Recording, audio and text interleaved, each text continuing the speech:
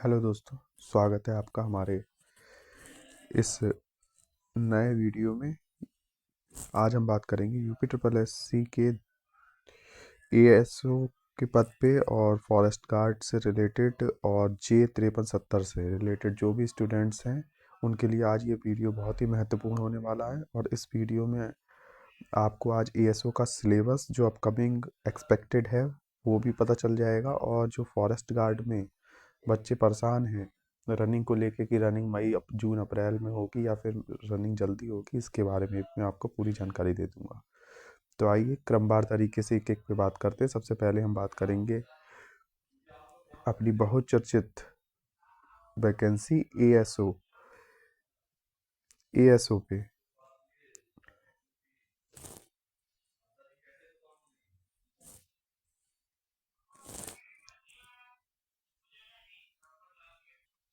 ASO की जो last time भर्ती आई थी उसमें जो सिलेबस था वो सामान्य हिंदी 30 नंबर, सामान्य अध्ययन 30 number, techniques of statics 30 number और कॉमर्स अर्थशास्त्र गणित सांख्यिकी, ये जो था वैकल्पिक विषय था, यह भी 30 नंबर का था।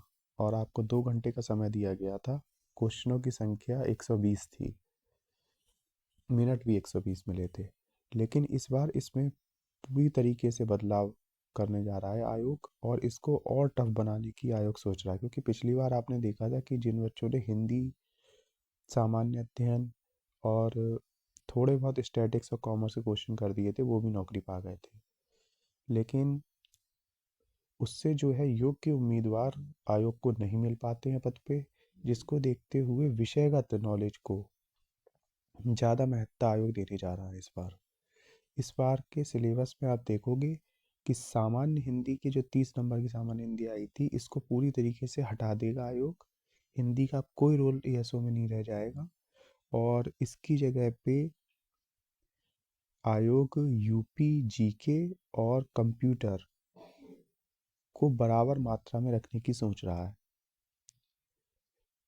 और जो सामान्य अध्ययन के 30 क्वेश्चन हैं इसकी जगह पर विषयगत ज्ञान को का जो प्रतिशत है उसको बढ़ाने पे आयोग ध्यान दे रहा है। जैसे स्टैटिक्स है, स्टैटिक्स तो इसमें आना अनिवार्य है, आप ये मान के चलिए। स्टैटिक्स का पोर्शन और बढ़ाने की आयोग सोच रहा है। और जिस तरीके से आपने देखा कि लेखपाल में 5-5 नंबर के सिलेबस में बटा हुआ था, इसी तरीके से सामान्य अध्ययन और सामान्य हिंदी के भी कुछ क्वेश्चन अगर जोड़ेगा आयोग तो वो जोड़ देगा। वरना हिंदी को पूरी तरीके से हटा दिया गया, समाप्त कर दिया गया है।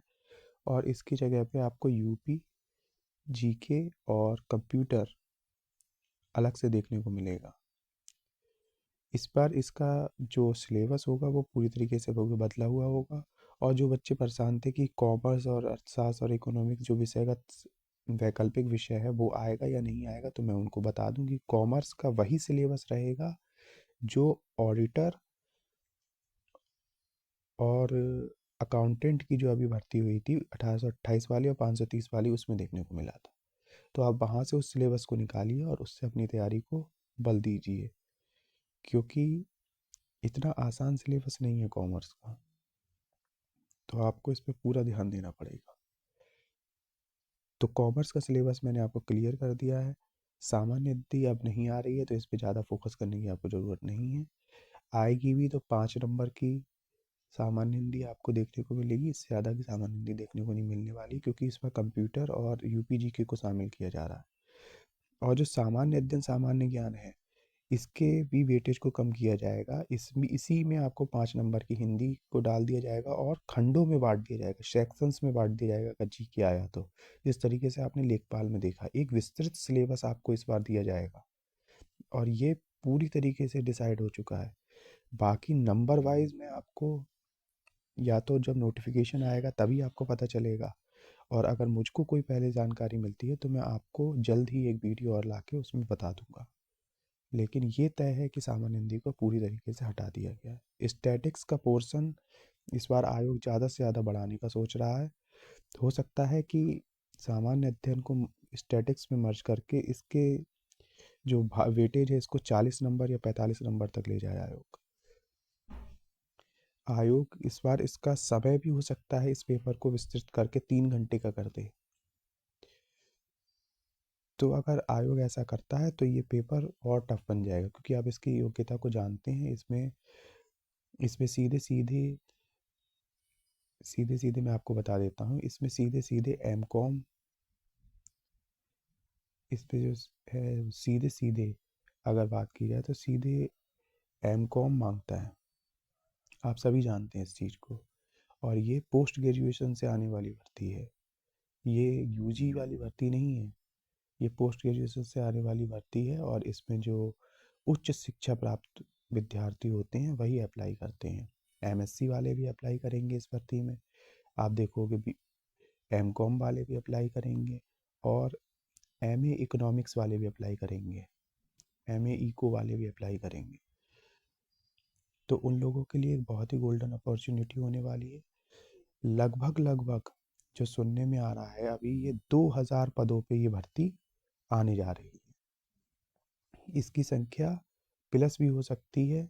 और जो भी विद्यार्थी इसका फॉर्म भरें वो एक चीज़ ध्यान रखें, अगर ये भर्ती 2000 से कम पदों पे आती है तो आप इसका फॉर्म ज़रूर भरें, क्योंकि ये आने वाले समय में इसकी संख्या में बढ़ोतरी आपको देखने को मिलेगी। जैसे पूर्व में भी आपको 53-70 जो अभी वैकेंसी चल रही है जूनियर असिस्टेंट, उसके बारे में भी हम चर्चा करेंगे। जो 53-70 की जूनियर असिस्टेंट की भर्ती चल रही है, ये पहले 53-70 नहीं थी, इसमें बाद में कुछ और पद जोड़े गए थे, जिससे ये भर्ती बढ़ के 53-70 हो गई थी।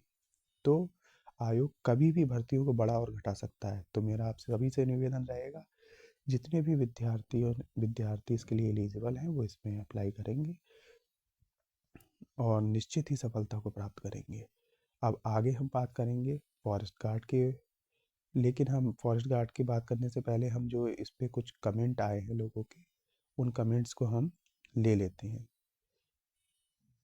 ये एक कोई है दीक्षा चौरसिया मैम है। इन्होंने पूछा है, सर मेरा कोपा एडमिशन अगस्त 2020 में हुआ है और उसका एग्ज़ाम 2021 में और रिज़ल्ट 2022 में, और एमए 2021 में।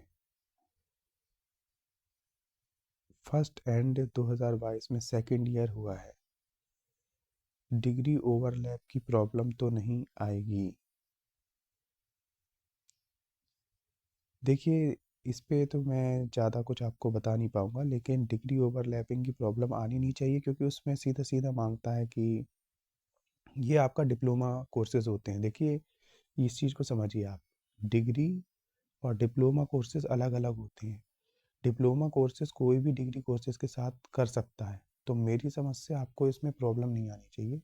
और जो कोपा है और जितने भी ऐसे सर्टिफिकेट हैं, एक पूरी लिस्ट है, उसको आप जाके चेक कर लीजिए, उसमें से आपको पता चल जाएगा, ये सभी अब मान्य कर दिए गए हैं ओ लेवल। तो दीक्षा जी, आप बिल्कुल भी परेशान ना होइए, आपका ये मान्य होगा और आप पूरी तरीके से एलिजिबल हैं। चलिए, और कमेंट ले लेते हैं अगर कुछ हो तो। और कमेंट मुझे अब दिख नहीं रहे हैं। अब हम बात करेंगे सीधे और सीधे फॉरेस्ट गार्ड के रनिंग के बारे में, और कुछ जो कमेंट उनके मिले हैं उनके बारे में भी चर्चा करेंगे। देखिए, फॉरेस्ट गार्ड की मैंने एक वीडियो बनाई थी और उसमें मैंने बताया था कि जो कट ऑफ है वो लगभग लगभग 55 मार्क्स रह सकती है।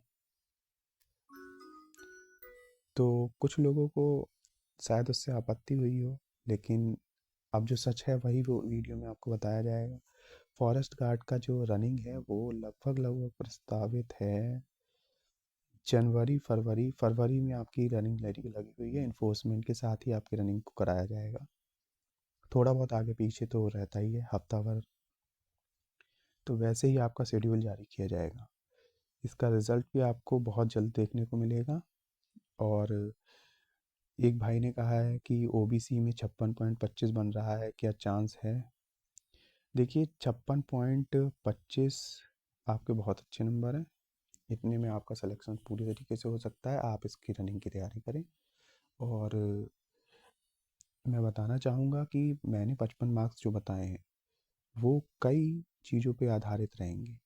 यदि पुरानी सारी भर्तियाँ क्लियर हो जाती हैं और ये आपकी वैकेंसी लंबी खिंचती है और डीवी से पहले तक सारी भर्तियाँ क्लियर हो जाती हैं, तो निश्चित मान लीजिए कि इसकी कट ऑफ बहुत ही कम जाने वाली है। इसकी कट ऑफ 42 प्लस जनरल रह सकती है, इससे कम तो नहीं रहनी है कट ऑफ, क्योंकि बच्चे बहुत हैं। 42 प्लस रह सकती है। और अगर ये भर्ती जल्दी ख़त्म की जाती है और पुरानी भर्तियाँ कैंसिल नहीं हो पाती हैं, जैसा कि ऊपर फॉरेस्ट डिपार्टमेंट से आयोग पे प्रेशर है कि इस भर्ती को जल्द से जल्द करा लिया जाए, लेकिन यूपी ट्रिपल एस सी की अपनी व्यस्तताओं के कारण इस भर्ती को नहीं करा पा रहा है। बहुत ऊपर से प्रेशर आ रहा है उनके ऊपर, तो वो अब पूरी तरीके से इसको पहले पूर्ण करने के विचार में है। और यदि इसमें यूपी ट्रिपल एस सी बहुत जल्दी करता है तो फिर इसकी कट ऑफ 55 प्लस जनरल की जाने की उम्मीद है। +1 - 1 तो कर ही सकते हो आप। एक भाई ने कहा है कि फॉरेस्ट गार्ड का फिजिकल अगर अप्रैल मई से पहले हो जाएगा तो बताइएगा। देखिए, फॉरेस्ट गार्ड का फिजिकल मैं तो कह रहा हूँ मई जून में हो। जून भारत का सबसे गर्म महीना होता है, लोग घस खस खा के गिर पड़े और केवल आप ही सिलेक्शन ले जाएं। मैं तो ये चाहूँगा कि जो 709 पोस्ट हैं उनमें से मात्र 300 बच्चे निकाल पाएँ और उन 300 में आपका भी नाम हो। लेकिन ये सब चीज़ें व्यवहारिक नहीं लगती। आप देख रहे हैं ये यूपी ट्रिपल एस सी नहीं है, ये यूपी ट्रिपल एस सी 2.0 है। एक नया अपडेटेड वर्जन है जो कि बहुत ही तेज गति से कार्य कर रहा है, और मुझे नहीं लगता है कि ये अप्रैल मई जून तक इन चीज़ों को खींचने वाला है। गर्मी में रनिंग करना और भी मुश्किल होता है,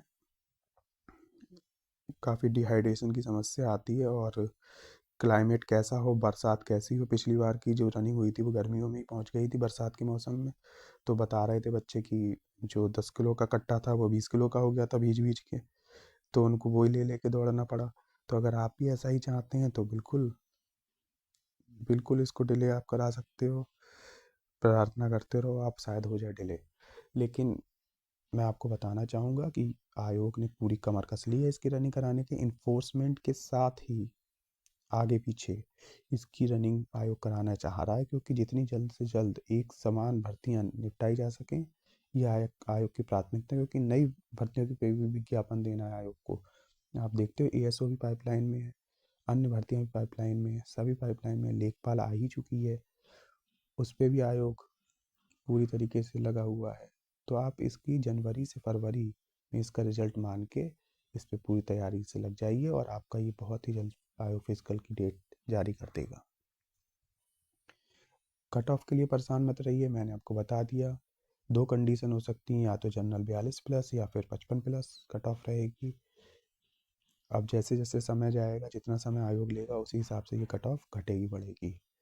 पुरानी सारी भर्तियाँ जितनी जल्दी कंप्लीट होंगी कट ऑफ कम जाएगी। तो फॉरेस्ट गार्ड वाले जो भाई बहन हैं जिनको कुछ और भी पूछना हो तो वे कमेंट बॉक्स में कमेंट कर सकते हैं। और हाँ, चैनल को सब्सक्राइब करना ना भूलें। देखिए, सब्सक्राइब करने से हमको ऊर्जा मिलती है, और हम नई वीडियो को और नई इन्फॉर्मेशन को खोजने में अपना समय देते हैं। तो आप चैनल को ज़्यादा से ज़्यादा सब्सक्राइब करें, और आने वाले समय में मैं आपको फॉरेस्ट की सबसे पहले इस पे भर्ती की जानकारी दे दूंगा। और एएसओ वाले तो भाई बिल्कुल जुड़े ही रहें। एएसओ की एक भी इंफॉर्मेशन मिस नहीं होने दी जाएगी, और आपको सबसे पहले बता दी जाएगी। आपको सिलेबस बता दिया गया, आप उसी सिलेबस के अकॉर्डिंग अपनी तैयारी को धार दें, और कोई भी एसओ का कोई भी क्वेश्चन हो वो हमसे कर सकता है कमेंट बॉक्स में। आइए अब बात कर लेते हैं JA 5370 की। JA 5370 वाले जो विद्यार्थी हैं वो ध्यान दें। बहुत मार्केट में हवा बनाई जा रही है कि इसकी कट ऑफ 60 प्लस जाएगी, 62 प्लस जाएगी, 63 प्लस जाएगी, 64 जाएगी, 70 जाएगी। ऐसा कुछ नहीं है। इसमें 30,000 बच्चे पास हुए हैं, 40,000 बच्चे पास हुए हैं, ऐसा कुछ नहीं। इसमें मुश्किल से मुश्किल 19 से लेके 18,000 बच्चे पास करेंगे टाइपिंग को। और इसकी जनरल की कट ऑफ, मैं जनरल की कट ऑफ की बात कर रहा हूँ, जनरल की कट ऑफ आपकी 53 प्लस 3, या -3 रह सकती है। जनरल की कट ऑफ की मैं बात कर रहा हूँ। इसमें बहुत ज़्यादा कट ऑफ नहीं जानी, क्योंकि आप जानते हो कि 1262 में 62 नंबर 63 नंबर पे कट ऑफ गई है, और ये उससे 4-5 गुनी वैकेंसी है। तो इसमें आपको निश्चित रूप से कट ऑफ कम देखने को मिलेगी। बहुत बहुत कट ऑफ चली गई तो 57 नंबर इसकी जनरल की कट ऑफ जाएगी, इससे ज़्यादा कट ऑफ जा ही नहीं सकती है। तो जे 5370 वाले बिल्कुल निश्चिंत हो जाएं, उनका बहुत जल्द रिजल्ट जारी होगा, और आयोग पूरी प्राथमिकता के साथ इस भर्ती पे लगा हुआ है। और जे 5370 में जो वुमेंस की कट ऑफ है वो तो बहुत ही कम रहने वाली है इस बार। एससी और वुमेंस को इस बार सबसे ज़्यादा फायदा होगा। तो सभी लोग अपनी अपनी तैयारियों में लगे रहें, और जो आगामी जे जे की परीक्षा भर्ती आने वाली है 3284, उसकी भी तैयारी में अपना जुटे रहें। जिनका 5370 में पेपर खराब हुआ है या फिर टाइपिंग नहीं पास हो पाई है, वो अगली भर्ती की तैयारी में लगे रहें। धन्यवाद।